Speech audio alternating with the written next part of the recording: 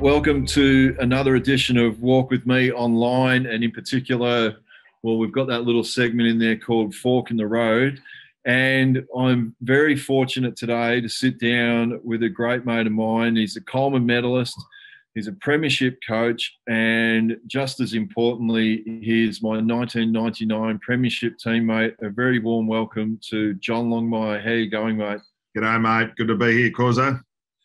Yes, it is good, horse. Now, I'll jump straight into it. Now, I must say that when I was at North Melbourne, I was very fortunate that I had guys like Johnny Blakey, and then only a few lockers down, I did have the great number 35 as people that I was very fortunate to be in and around. And I can honestly say, and hopefully I don't make your head too big, is that I was very lucky that I had great people around me at the footy club. Now, I suppose in regards to you, I know that country work ethic and how you went about it. Like, how fortunate when you look back at it now that I know with your dad and your family and everything like that, that when you come to North Melbourne, you already seem like you had that. You were very fortunate with the upbringing that you lived in the country and you had those old-fashioned values. Yeah, one of the great benefits, I guess, of growing up in the bush is that you get a lot of responsibility as a young kid, and we had to, probably the age of 7 or 8, drive the car down to the bus stop along the old bush track, and I couldn't even see over the front. So and then you start to, Dad didn't have any workers at that particular time, so it was, when I get home from school, it was drive the tractor, mate, and didn't matter whether you were 9 or 10 or whatever age you were, just get on the tractor with that big implement out the back, and I'll see you at dark. So the great benefit of growing up in the bush and on a farm in particular was just the extra responsibility to become pretty self-reliant at a young age, and I was very fortunate to have that upbringing. Yeah, at 19 years old and having all that pressure in and around. You're in the seniors, and you're basically winning the Coleman medal around that time. Like, how, when you look back at it now, were you amazed at how you were able to handle, like, I suppose that sort of pressure as a 19-year-old? Yeah, it didn't. I guess it didn't really feel like it at the time. I mean, the benefit, I guess, of our area, and particularly at that time, where there was no real social media and nothing like that. So, thank God. No, that's right.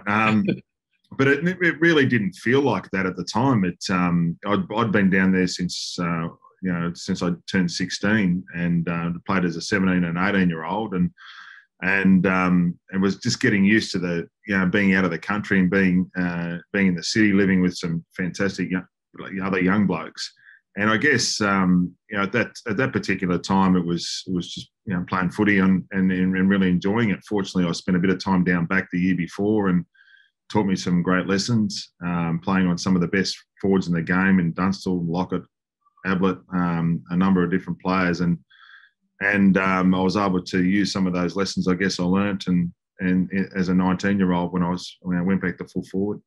I could never imagine us at North Melbourne. Like, if you had said that there were certain players, if we were ever going to win a premiership, there were certain players I would just never have imagined that. I'd probably say Ross Smith, because he was such a great leader on the track, and then obviously you. I could not have us winning a premiership without you. How hard was it from a mental point of view, like missing out, and then seeing, I suppose with us and what we were doing. Yeah, it was. Look, I did my first knee at the end of '93, and so the last game of '93, last home and away game of '93, and I played the first practice game of '94. So I only had a 5-month rehab with a traditional knee reconstruction. It was back when we were all rushing to get back. And then at the start of '96, I did that knee again in the pre-season, and started the rehab process once again, and once again had that single-minded focus to get back, and working with Dave Butterfin, who was a fitness coach at the time, and really play out into that. And I was close to coming back that year. I guess I had a feeling that we played finals for a couple of years, and I had a feeling we were on the cusp. And I remember we had a chat in the pre-season, I think at the MCG that year, and I just thought that we're going to be close. And I made the decision. I was on the way back. Dennis Pagan actually grabbed me at training and said, "Look, if you get yourself right, we'll play you." even though it was only another 5-month rehab after my second knee reco. And I knew, you blokes were flying. And as a close group, as we were, Corey, you obviously know that we were a very tight group. And, the decision I made not to play was gut-wrenching at the time, because I thought that we were a chance, but I also thought I might have been a bit of a hindrance trying to come back again. And I couldn't afford another reco at that time. So to sit back and watch what transpired that year, Dennis invited me into the coach's box and gave me a role. It was fantastic in one way, watching you guys go about it, and the belief that that team had. And then exciting, and then obviously after the grand final win in '96, it was unbelievably mixed emotions. It was a thrill and joy to see everyone on grand final day and do what we always dreamed of doing. But then, clearly not being a part of it really hurt, and that was just the little things like not touching the cup, and those are the things that you had to deal with afterwards. But it still didn't take away the joy of you blokes, seeing you blokes win it. Did you make up your mind? Did you never not touch the '96 Cup? You just said no, until I can actually. It's a bit like when you hear golfers that unless they have the opportunity to play at Augusta National, they say, no, I don't want to play there until I get it myself. So did you say, no, I actually don't want to touch it myself? Yeah, I did. I don't know whether it was the right thing or wrong thing to do at the time, but it just, I remember, enjoying the aftermath of the grand final as hard as anything with you blokes. And then I really got to a point on the Monday afternoon. I think we were still celebrating pretty hard, which was terrific. But I just remember getting there, halfway through a beer and putting it down and saying, okay, that's it for me. I need to get to work on the next one and try and get the next one, which I thought would happen probably a bit quicker than what it did. And there was injuries to you and Duck and a few others that really contributed to that. But I distinctly remember a point in time. I remember where I was in the city, and put the beer down on about 5 o'clock on a Monday and said, right, okay, that's it for me. I've got to get to work on the next one. So going into, obviously going into 99, and what were the emotions when you finally got to get your hands on the actual cup? Because I know it's probably still like both the flags are great, but I think 99 I like just as much as 96, because I think what drove me in 96 was that I wanted to win a premiership medal for, whether it was guys like, I know you weren't there, but there were guys like yourself, Dean Laidley, Fridge, and guys that have played footy for a long time. But 1999 I loved, and I probably still have a distinct memory being upstairs at the Redback and looking across at you. I think when you have those silly moments, but when you finally get your hands on getting a medal, what was that emotion like in the end after all the journey that you'd actually been through to get there?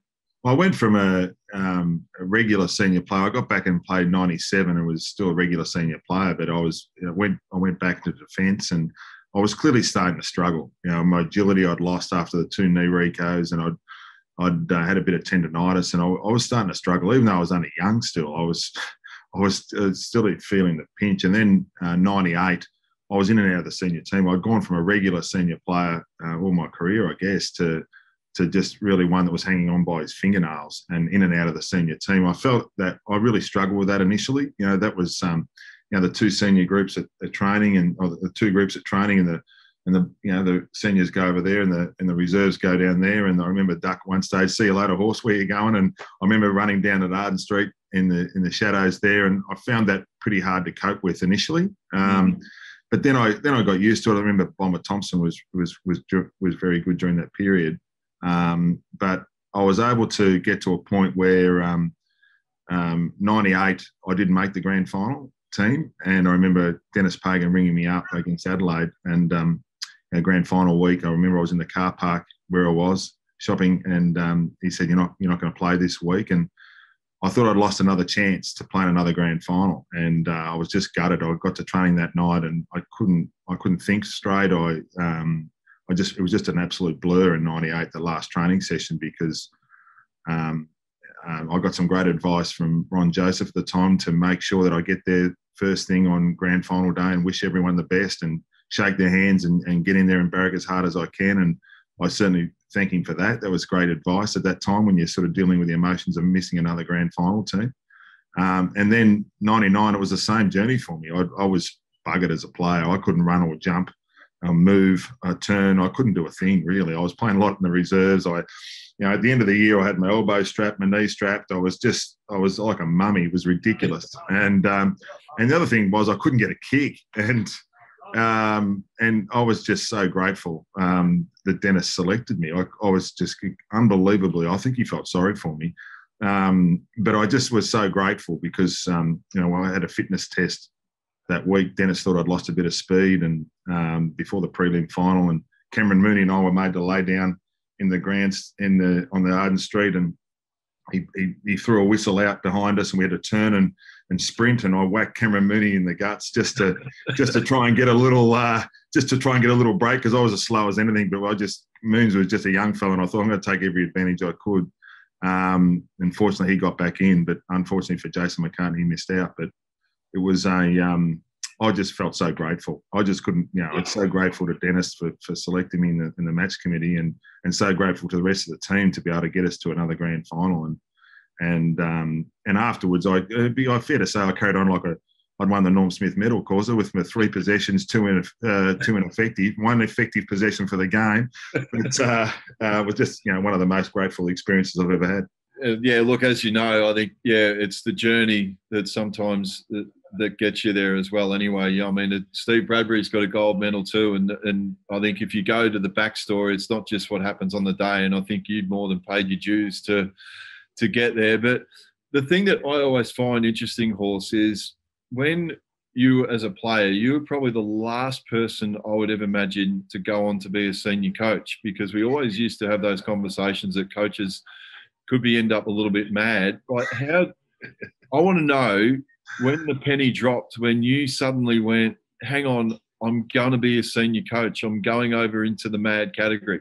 Yeah, that's a very good point, because I remember we used to, Dennis used to say, who'd do that job? Poor old curly top. It was a tough job. And in '96, when Dennis asked me to come in and help when I got injured in the match committee, essentially just sort of be a part of it. It wasn't a moment, but it sort of gradually happened during that year. I just enjoyed it. I just enjoyed working with the players looking at it from a different perspective, learning off Dennis and the rest of the match committee and the coaches, Tony Elshaw, all those guys, just learning off them.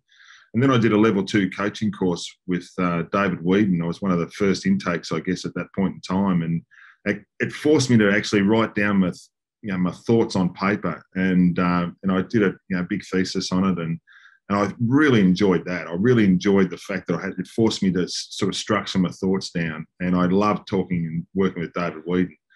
And I guess it was at that point it got me really interested. I was a player manager at the time. I was working for IMG when I was still playing. I was negotiating contracts even though I was still playing, and loving that life and really enjoying IMG as well.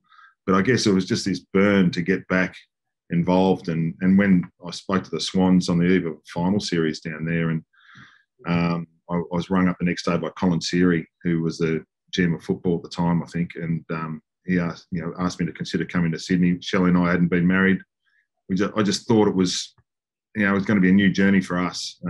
Get married, move to Sydney, and who knows what's around the corner. Now, Horse, I reckon you end up taking little bits of every coach or person you're along the way. You've mentioned Bomber Thompson, and then you're going to have Roosie, and then obviously Pago. But I think I've seen little glimpses of Pago in the coach's box a few times. Like, because obviously I've known you for a hell of a long time, and then obviously people are seeing you on the TV, and the cameras are right on you in the coach's box. There's been a couple of times. There's been things in there I never thought would happen with you. Well, they don't get the good things that happen, Corey, do they, in those moments? No, they just... It's a little bit different. I remember the first time it happened is that you get you walk up in the coach's box, and the camera used to be down there, and then it was outside the coach's box. Then I walked up there one day and it's in there, and then I just sort of started walking around. It starts following you. And there's not many workplaces in the world that happens. But it's always... sometimes you let off a bit of steam and then you move on pretty quickly. I mean, it was always, when I go down to the players, it's just making sure I give them the right message. That's the main thing. And how I get there, I'm still working through that. We all keep evolving as a coach. I mean, I've been doing some stuff down over the last probably 18 months now, sitting down on the bench and enjoying that. We've got a different squad. I keep evolving as a coach. We keep evolving as a team. I need to keep moving with the game, the requirements, the adjustments. And I think that's just part of all of us evolving. We just keep learning. I've been doing it 11 years now, and I'm still very much in the learning stage. Are you even conscious from during the game? Like, I know that even I can watch a North Melbourne game and you can sometimes get pretty worked up. But what do you do in terms of do you focus on your breathing? Are you ultra conscious of being able to take in all this information you're being given? And is there anything that you've tried over the journey to make your decisions better? Oh yeah, there's all those things you look at. You always assess that, but I find that the game itself brings you back. You just need to be present because the game itself brings you back. There's a lot happening during the course of the game. So, I know Johnny Blakey was with me for a long time, and so we knew each other really well. And the game itself brings you back to the present and get your focus pretty quickly because you need to move on. Even though you might let off a bit of steam, the reality is the next play's in front. You need to get on with it. And look, Horst, one of the big things that when we created Walk With Me is the tagline of being able to thrive through adversity. I suppose, which are the best moments in your life where you'd say that you've actually managed to thrive through adversity? There might have been one or two that you may have touched on already, but is there anything in particular that your life lessons where you've been able to thrive through adversity? Oh, there'd be a couple, Corey. There'd be, certainly the period when I had a couple of knees and missing premierships, and that as a player was probably thriving through adversity, I guess. There's in another example would be in 2012 when my mum had been, fighting cancer for about five or 6 years, and lost mum halfway through 2012, and being able to, I remember burying we had a funeral on the Thursday. And I flew back here Thursday night and had to coach the next night. We played here at the SCG and we won. I think Andreas Everett kicked a goal or something that meant we won on the siren. And I just remember the emotional release after that game was something I'd never experienced. So that whole thing about being away from home for a long period of time and knowing that mum was going through that, the guilt of your siblings, taking and shouldering a lot of that load. And we went on and won a premiership that year. And so that sort of helps sort of lay your story, as well as, when you go through and you see, players go through adversity. Alex Johnson had, 6 knee reconstructions. And those are the things that sort of make up the sum of who you are and your experiences and really add to your story. And I think, it's the good things that happen in life, but also some of those challenges that happen to everyone, and certainly will continue to happen for everyone, that you just have to deal with and make you better. And I've been ultra curious over the journey. Look, obviously I haven't had the inner workings of the Swans like you have, but when I see it from the outside and hear the Bloods culture, and then obviously the parallels of North Melbourne and not so much Shinbone of Spirit, but the way that it seems like the way that both clubs go about it are a little bit similar. Is that true? That you've obviously spent a lot of time at both, but it seems like it's the way that they go about their football that they do seem very similar. Yeah, I've been really lucky. I can't believe how fortunate I've been to be part of 2 great footy clubs. I mean, to go through your career and have a playing career at North and be there for 12 years and experience what we did and play in so many final series and have so many great memories, mateships and on and off the field was, and doing it hard. We didn't do it easily back then. It was a lot of tough times. But that once again made us who we were. And we weren't perfect at North, and we're certainly not perfect in Sydney. We make plenty of mistakes and always striving to get better, plenty of blues. But the familiar traits of both clubs, you just got to roll your sleeves up, keep getting on with it. And and just roll with the punches a bit. And in the end, just get out on the ground on the weekend and be as competitive as you possibly can. There's no secrets to it. We're not perfect, but it's just about doing it as consistently as you possibly can. And then what about today, Horse? Like, obviously, I think in the space of mental health, we've gotten a hell of a lot better. And obviously, great teammate of ours in Wayne Swass does great work with Pucker Up. What are the clubs more conscious of nowadays in terms of making the players, I would say, more well-rounded and getting more balance in their lives, that it doesn't get to the point where they need to take breaks in the game? What are the Swans doing in that space? Yeah, when I was coming through as a player, I had no idea. I live with Swatter, and I had no idea about mental health. I just didn't. It wasn't, growing up in the country, and wasn't something we talked about either at school or at home. And even during our career, mate, we weren't sort of really attuned to it, were we? It was sort of, it was just something we talked about. It was just something we just really didn't understand. So just on that, Horse, before you finish your answer, does it blow you away now that you're in pretty close proximity to Swatter? Because it certainly did with me, not knowing it, but it also know that the person that we also have even greater respect for again is Harry Unlick. For that support. Oh, absolutely. I mean, we loved Harry, as you know, our club doctor at that time. It was unbelievable. When you hear Swatter's story afterwards and how he really saved his life, it sort of, that respect could only grows, which is already huge. But it's like I've become much more aware of it through my own journey, through as a coach, but also my mum, when she was going through some of those chemo problems. She had some real challenges, and that sort of really awakened what my thoughts about it. And then, whether I was exposed to a number of players, obviously, that as per society that have some real challenges, presented to the AFL Commission, talked about it in 2012 after the grand final, and just something for us as an industry to be aware of. And I think we're doing a better job now with our players. It's also about our staff. There's been great cuts across the industry, and we need to make sure that we still look after our staff in that space with more demands. And I'm still conscious of it. I don't think we ever perfect it. All of us make mistakes in this space. We don't get it all right. But hopefully we keep getting better at it. And the good thing is that it's a lot more open and spoken about now. And that's the main thing. What are you conscious of for yourself? Like, what are the things that you try and do? Obviously, the demands of being an AFL coach, you can't really hide. But what are the things that you're conscious of that what John Longmire has to do to make sure that, whether it's still going to the gym or whether it's time away from the game, like what are the things that you try and do?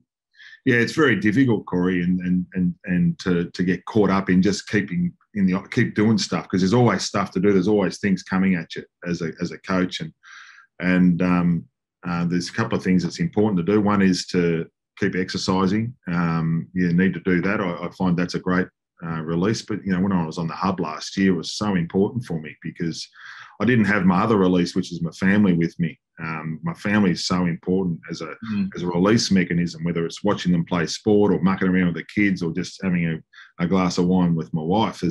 My family are very important in that space. So on the hub, the need to exercise was even more important because I didn't have that family release. And probably the third part outside of those two would be just to say no. You've got to learn to say no and give yourself a few hours during the week and go for a walk. I don't play golf, or I do play golf, but I'm very, very bad at it, mate. Nowhere near like you. And that walk would be too long, so I'd have to. I go for a different type of walk and listen to some music and just try and relax. But really, it's about I spend most of my time with my family. I suppose now that you've done it all from an individual point of view, you're fortunate enough to win a premiership with the Swans early days. What's the legacy you want for John Longmire in the game of football? I guess I'd like to. I saw what Paul Roos was able to do as far as he was able to not only establish a really strong record as a coach and provide, but also importantly provide his players opportunity to play finals, and I think that's a responsibility I take very dearly. I mean, if I look at Luke Parker and Josh Kennedy and those guys that have played in almost 30 finals games, it's another season and a half of AFL footy. Well, I think it's a responsibility that I've got as a coach, but also us as a club, to give the next generation that opportunity to play in finals, and that's what they want to do. That's what all players want to do. So that's what we strive for. That's what I'd like to do. And I just, he was able to leave the club in great condition, and I think that's ultimately what anyone's. If you're talking about legacy, maybe that I don't want to start sort of throwing that around too much in regards to myself, but I think all of us need to be conscious of what the place looks like beyond you. And whether you're a player, we're all just passing through. Dennis used to talk about that all the time, didn't he? We're all just passing through this place. Yeah. And the reality is we all were. We didn't really understand what he was saying at the time, but we were. It was important.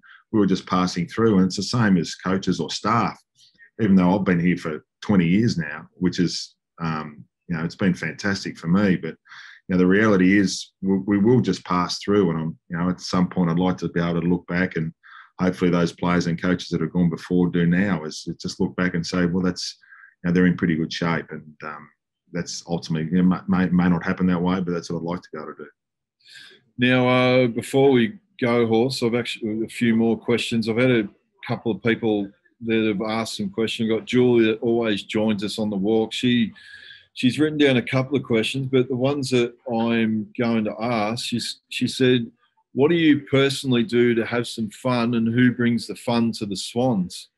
I'm a big believer in we have a lot of fun and behind closed doors. I mean, it's the players are really important to be able to have that fun.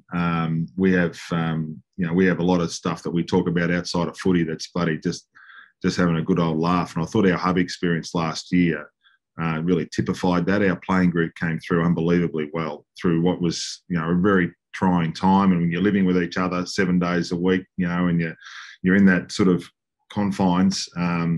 After our last game, whilst we didn't win it, we got beaten by a kick by Geelong. The feeling around the place was fantastic. And that was based upon just being conscious of whether it's table tennis or some of the nights that we had away.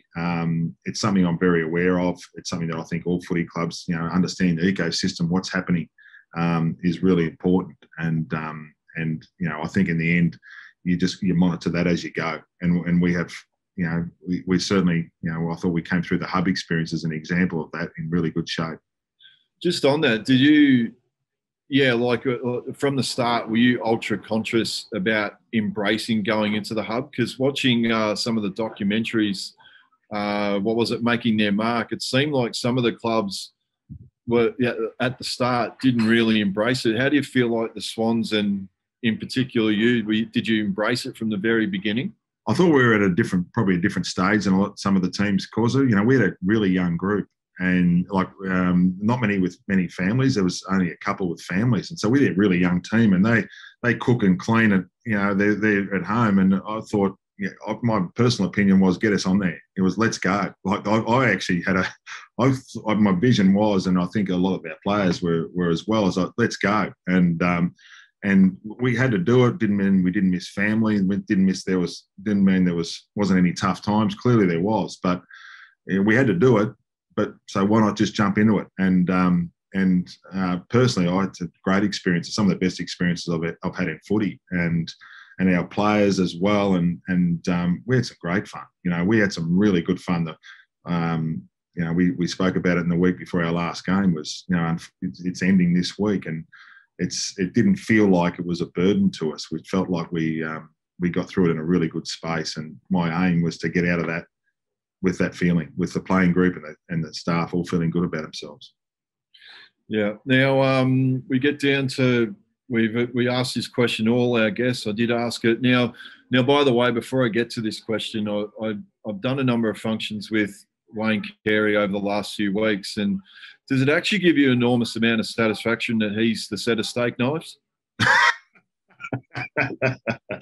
That's of all the things that brings him back down to level, I think that's the great one. That you were like the hot chick that everyone wanted, and Duck was like, well, quite frankly, he was the ugly duckling. They said, well, just throw him in, and he's the little bonus. That actually, there'd be nothing better than when you two are having a beer that you were the one that they wanted and he was the one that got thrown in. Yeah, unfortunately, it only took them 12 months to realise that they might have got it the wrong way around. And that was the only time in our lives when we were both 16 that was the case. From then onwards, Causa, the roles were well and truly reversed.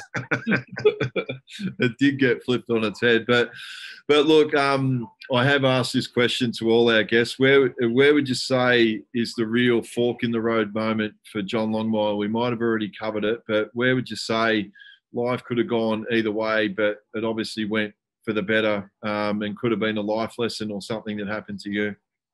There was two. One was when North Melbourne spoke to me as a 16-year-old kid. I left school in year 10 and was working on the farm for 12 months.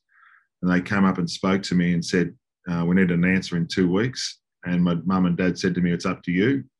And I remember thinking, this is certainly a fork in the road moment in my life at 16. And made the decision to move to Melbourne. I was so grateful I did. And there was another one when Shelley and we just bought a house that was going to be a forever house in Melbourne.